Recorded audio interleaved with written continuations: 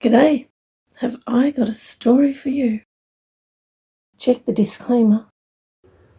Season 2, Episode 32. Required. Abigail speaking. Felicity, Hieldo and I keep doing everything we heard in our minds. Actually, we remember what we need to do, but really just need to know the exact timing.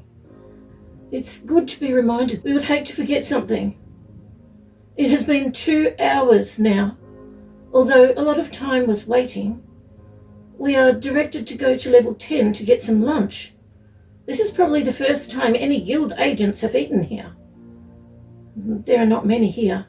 Most people heard about the giant child and have gone to take a look. The servers all seem happy to see us. That's odd. Usually a psych master and a guild guard are met with fear, and sometimes even a psych agent like me. They serve us a meal each and put an extra large meal on the table for Hieldo. He is big and would likely eat twice as much as us. Oh, this food is so good. Far better than guild food. And better than the food Mum cooks. No wonder Dad usually eats at work. We finish our meal. We know we could have been watched on the cameras here, but those guards have left their posts to see the giant child for themselves. He is a great distraction. Not only is eating here unusual, but agents sitting down with a guard? Well, it's not something that is done, usually. The guard would normally be standing nearby guarding. The only people left here are the staff now. No one usually wants to be anywhere near us, so those who are eating lunch have left. We finish our meal. What are the staff doing? They are all walking to the elevator. Oh, new instructions. We go to the elevator and they wait for us to go in first, then also come in. When the doors close, one of the women lets us know that they all know what to do. At level 6, the elevator doors open. The staff walk straight to the nursery. There are 7 of them and 9 newborn babies to carry. Hieldo helps 2 of them by putting a second baby in their arms. There are no adults here at all watching the distraction, I suppose, and there are no cameras either. They don't expect babies to get up and walk out of here, so no cameras needed. The babies need to be taken to the other car park, the one used for VIP.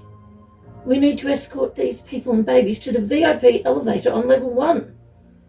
There will be no questions asked, I think, if we escort them. There will probably be no one left on that level anyway. They'll all be watching the distraction. Someone, the cook, is calling out, and we run to her. She quickly hands the baby she is carrying to Felicity and sits on the floor. She tells us that she thinks she is going to faint and to please not leave her behind.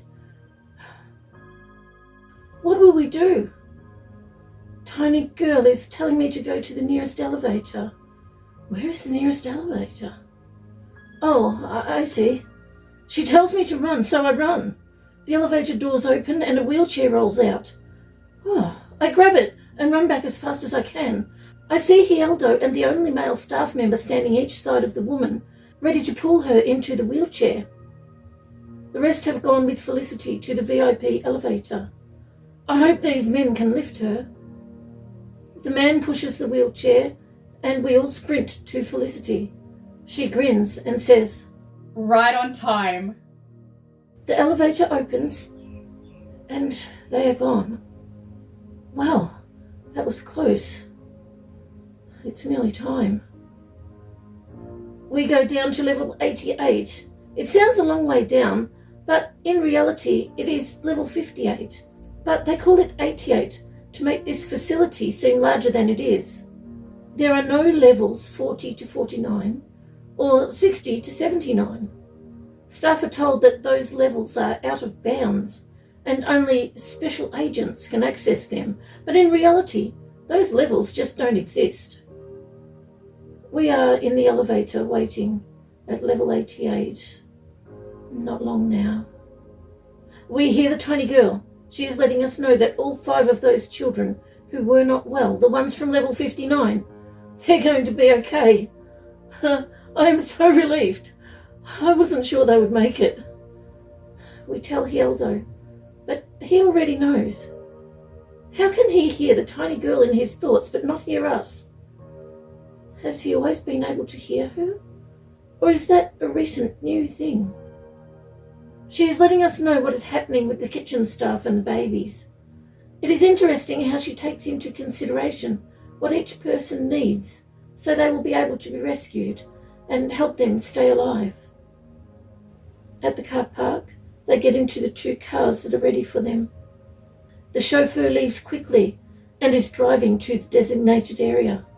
These people could have been rescued in a much easier way, but these 2 chauffeurs needed to be rescued too, not only from the facility, but also from the mindset of the degrading programming.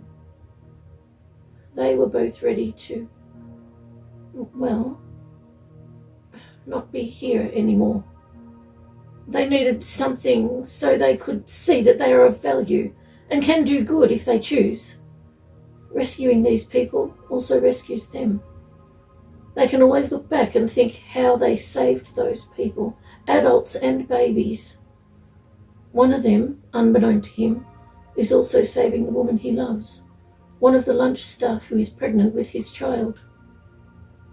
The other one is about to be reunited with family that he didn't know he had, his father and 2 much younger sisters. They know and are waiting for him now. I hope the Dullaft driver's rescue went well. When Hieldo returns to the car with the others who are his friends, he will find out that he is also rescuing them.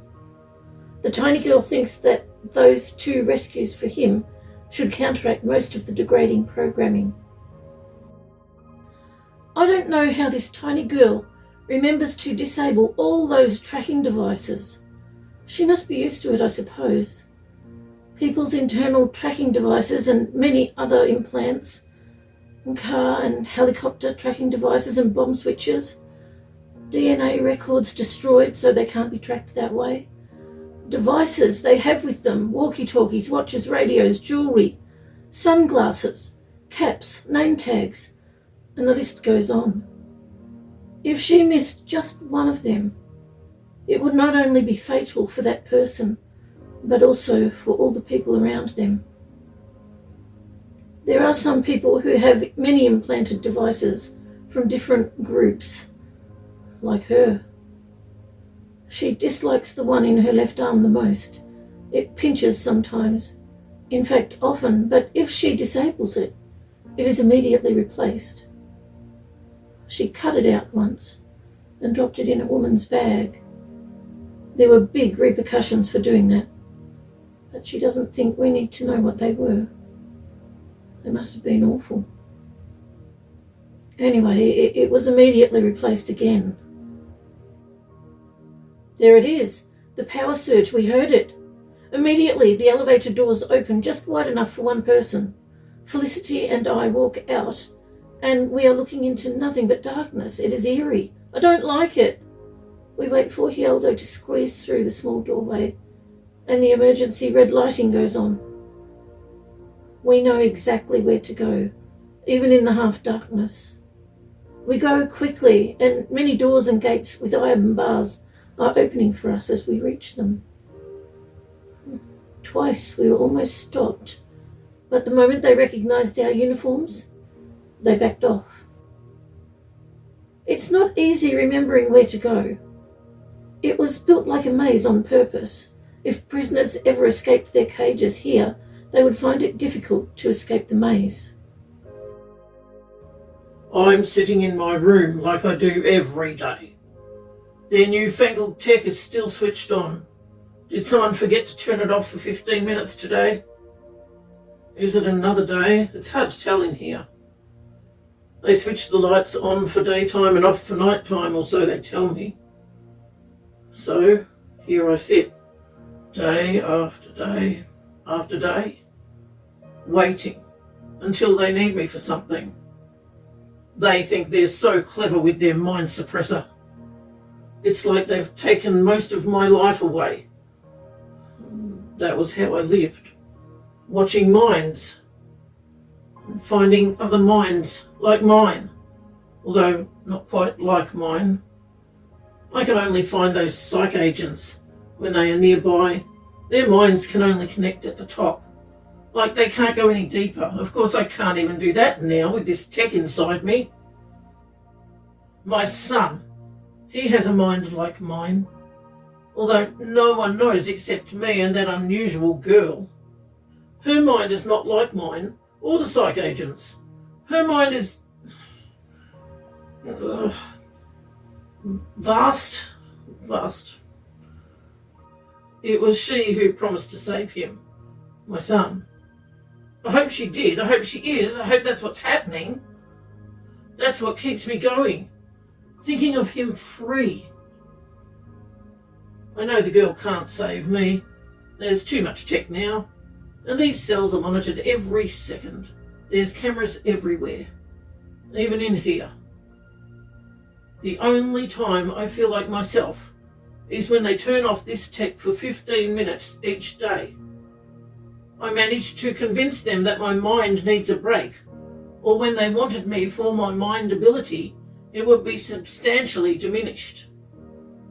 I actually believe this to be true.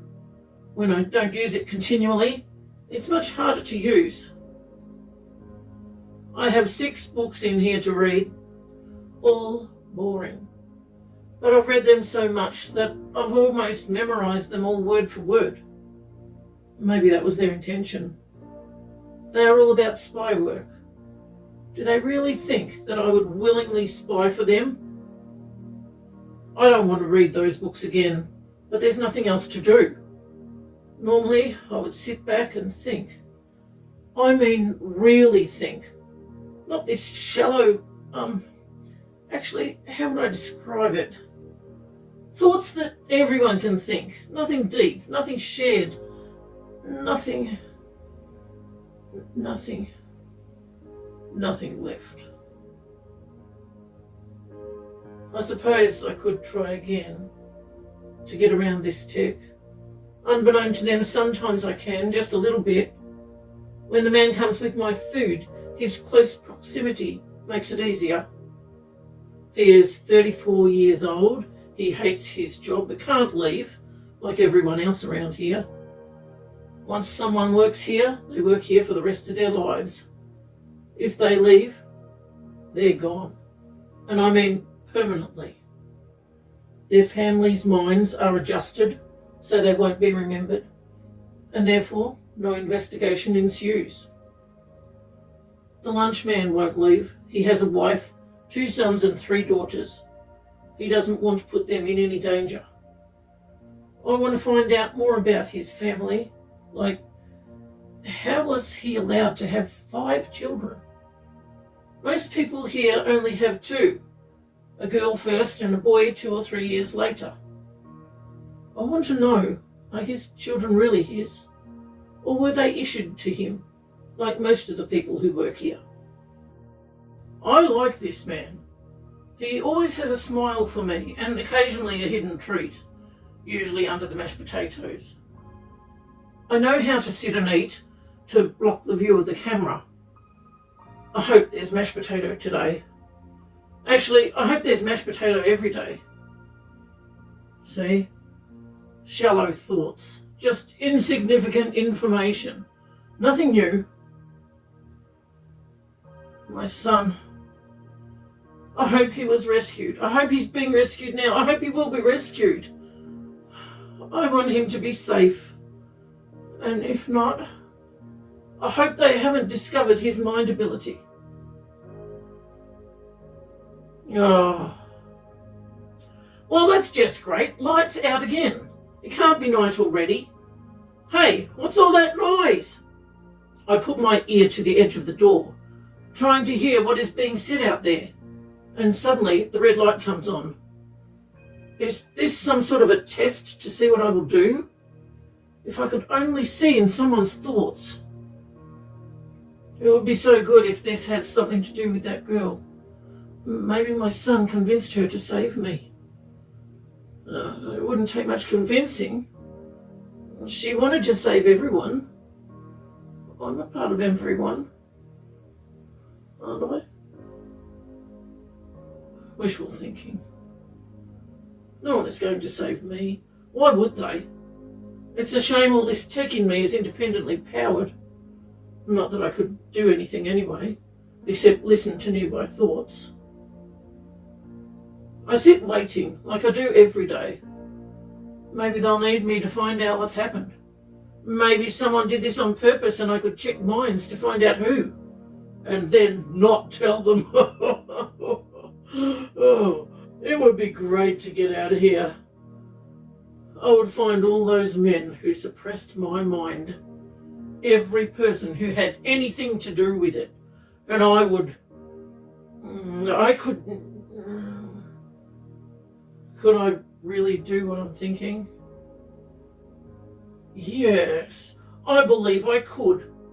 Not one of them would return to their surface homes, except in a body bag.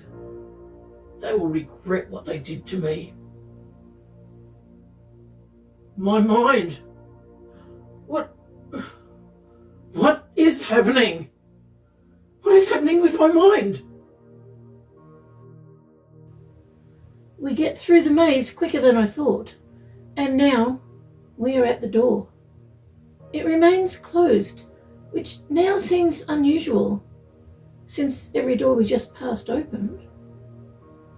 Felicity calls out in her mind. Deep voice, are you there? We assume that is his code name for the rescue. No answer. We were sent by the tiny girl and your son. We are here to rescue you. Still no answer. In fact, nothing at all, as though there's no one here. I assume the tech that stops him from hearing us in his mind has been disabled, as the tiny girl said that it would. Felicity calls out again with her mind. The boy in the cage, your son, said to tell you the name, Jeremy. The door suddenly shakes, and we hear his thoughts. There is no way to get out of here. Felicity replies, There is, actually, but the door won't open until you genuinely decide to follow our rescue plan. The door shakes again. Get me out of here! The moment you decide to do what we say and follow our rescue plan, the door will open. I'll do whatever you say. No, you won't, or the door would already be open. How do you know? What sort of new tech is this? Suddenly, we hear the tiny girl's voice in our minds. There will be no lives lost today. You will not harm these brave people I sent to rescue you. You will not harm those who locked you up. You will not harm those who ridiculed you when the tech eventually worked and stifled your mind ability. This is your choice. You can follow everything these people tell you, and you will be freed, along with your son. Or you can stay here. No one, and I mean no one, will lose their lives today. Do you understand, deep voice? Absolutely no one. The only time those guarding Deep Voice would let him walk out with no paperwork is when he is required by the Psych Guild. Felicity and I are wearing our uniforms, a level 10 Psych Master and a level 8 Psych Agent, accompanied by a guild guard. No one will question us, although it's not easy to see our uniforms in this light. The Psych Guild has often just shown up and simply said that certain people are required by the guild, and that they have no time for paperwork. I'll do whatever you say, he says, trying to sound defeated. No, you won't. And I will not open that door while you still intend to hurt people. We wait again. I see the guards watching us. They must be able to see our uniforms. The door swings open, and we hear in our minds, "I will be watching."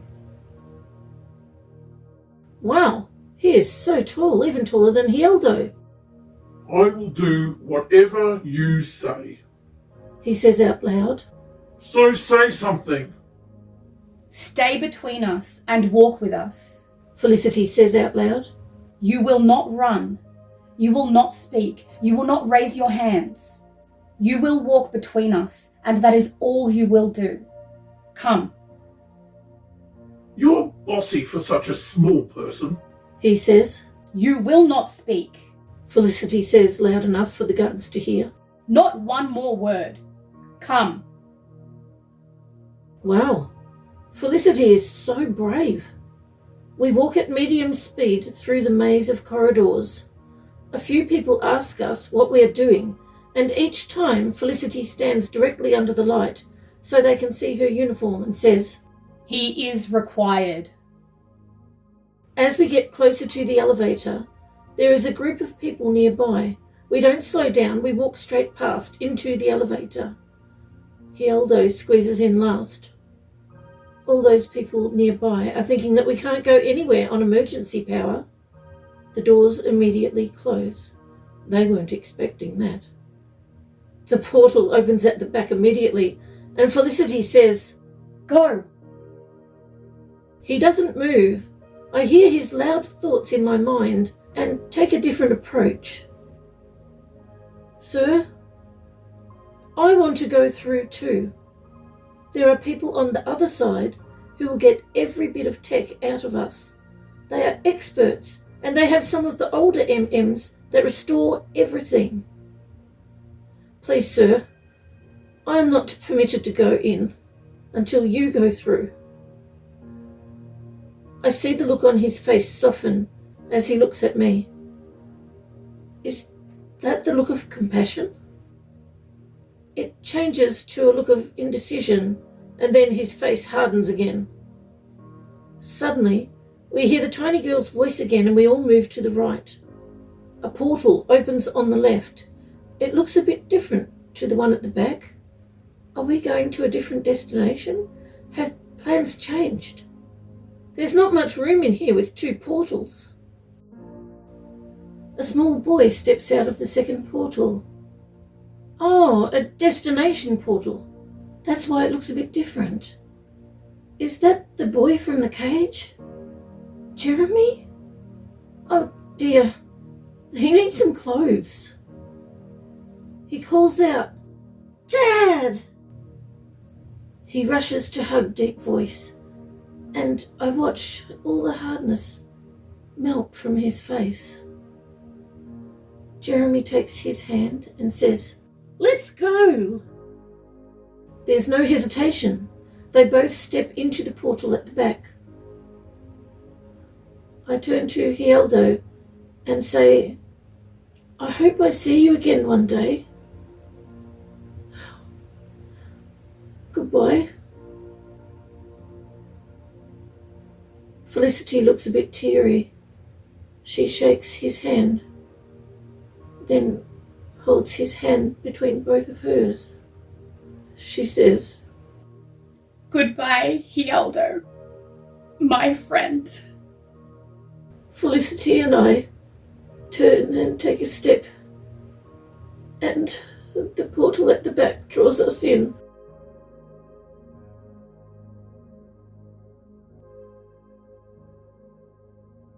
Thank you so much for joining me with a cuppa. I appreciate your company.